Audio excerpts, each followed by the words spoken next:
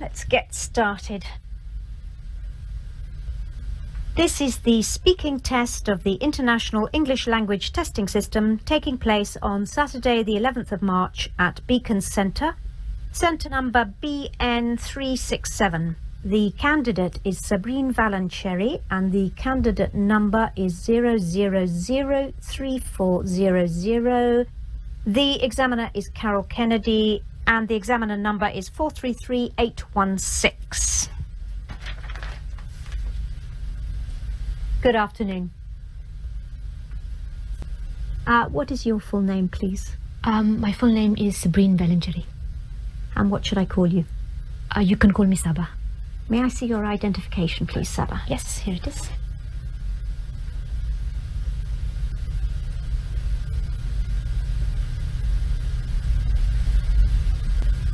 Okay. Thank you.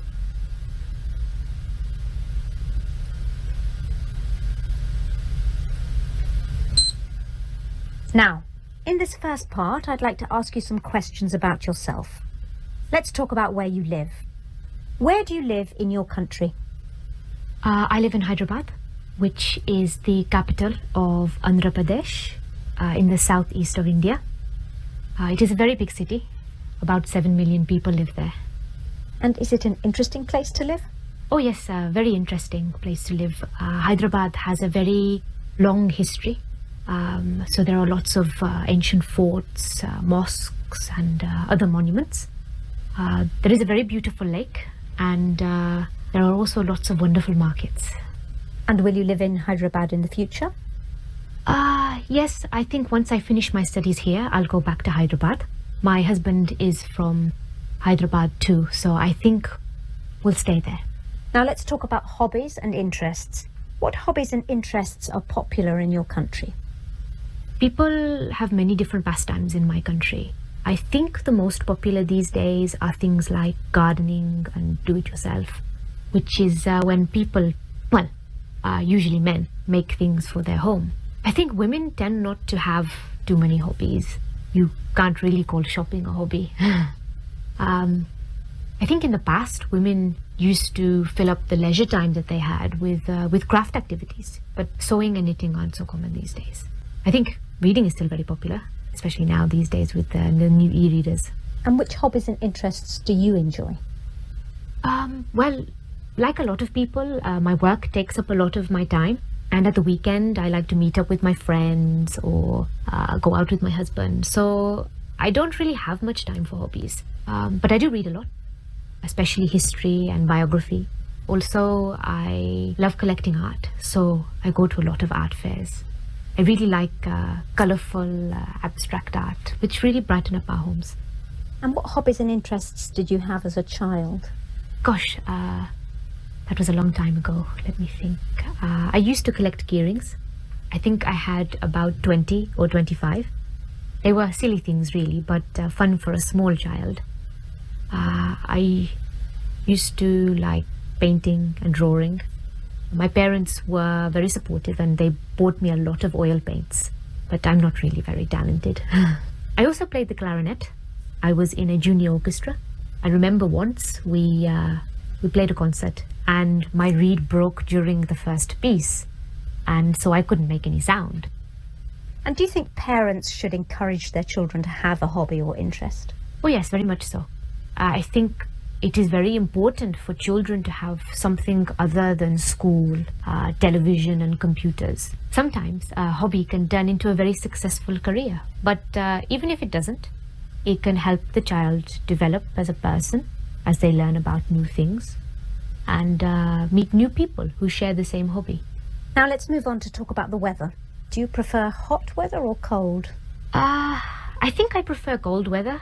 I know most people prefer hot weather, but it is always so hot in my country that it is such a nice change to feel the cold. Of course, in the cold, it's very easy to put on a hat and gloves to keep ourselves warm. Tell me about the weather in your country at different times of year.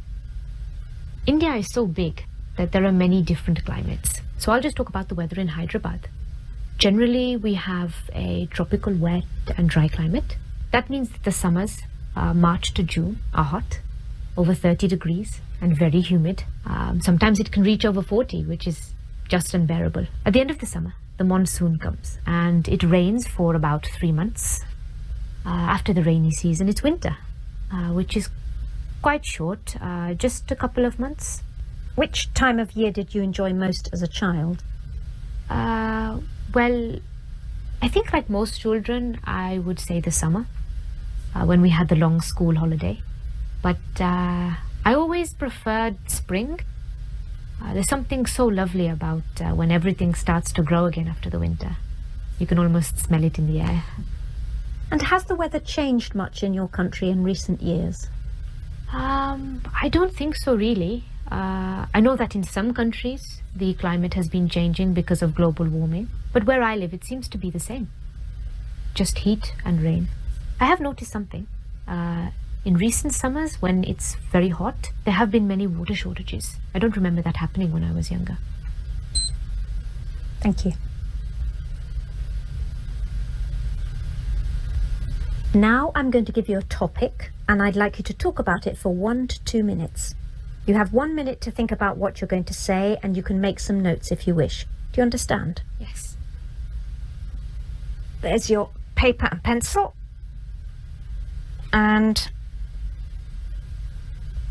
here's your topic. I'd like you to describe a gift or present that somebody gave you recently.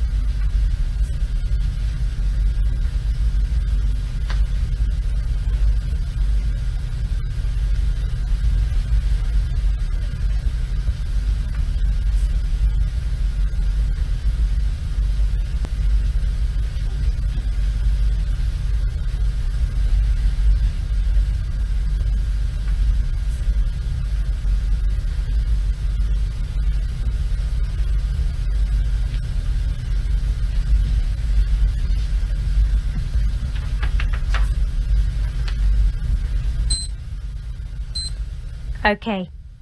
Now you have 1 to 2 minutes for this, so don't worry if I stop you. I'll let you know when the time is up. Could you start speaking now, please? I'm going to talk about a present my husband gave me last year for my birthday. We had gone to Istanbul for a few days. My husband had always wanted to go there. Anyway, we had a few days holiday from work and we decided to fulfill my husband's dream. As I said earlier, I'm really interested in art. And so even though I had no real desire to go to Istanbul, I was totally captivated by all the beautiful buildings and the wonderful arts and crafts that were available there. The Blue Mosque was my favorite building. From the outside, it looks just like a typical Ottoman mosque, but inside it is quite startling. The large windows with the light reflecting on the exquisite blue tiles made it just breathtaking. I asked one of the guides about the tiles, and she told me that they were from Iznik and that they are still made today. When we left the Blue Mosque, we walked down a pedestrian lane full of shops, including some tile shops. In one of the shops, the owner told us that the tiles were made in Iznik. Anyway, one of the tiles really caught my eye. Actually, it sang to me. It was of fish, 4 big fish, and lots of little ones, all in different shades of green. I really, really wanted it.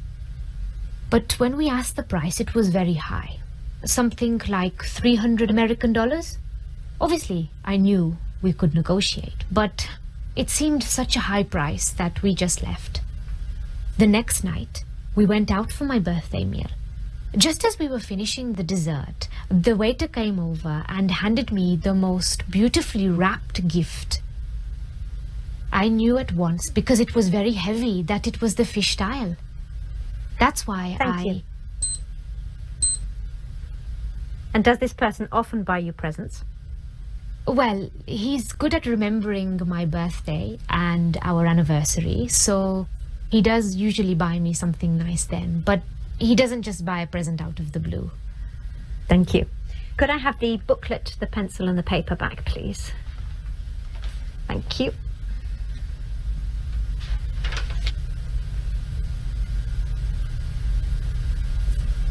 Now, you've been telling me about a present you received, and I'd like to ask you some more general questions related to this. So let's talk about attitudes to gifts. Can you tell me something about how people feel when they receive a homemade gift and when they receive a shop-bought gift? Well, I think as with everything, it depends on the person and the gift. When a grandchild makes something for their grandparents, like a bookmark or a clay pot that they've made at school, then obviously their grandparents will treasure it. For adults, I think it's a bit different. If people are going to give homemade gifts, then they need to be of really good quality. Why do you say that? Well, when children make things, it's the thought that counts. But when it's adults making things, it has to look like the present is a proper present, rather than something they've made just because it's cheaper. Of course, the thought still counts, and in many ways, our time now is more important or precious than money. So if somebody has spent a lot of time making a gift, it will mean a lot. But if someone has made some chutneys or pickles or some other type of food, then it has to be edible and taste nice as well. So what about shop-bought gifts? Most gifts these days are shop-bought, and there isn't really anything wrong with that. What is important, I think, with a shop-bought gift is that the person buying the gift should spend some time thinking about what the other person would really appreciate. It's no good a husband going into a perfume shop and buying the first perfume he likes. He needs to see what perfume his wife is wearing.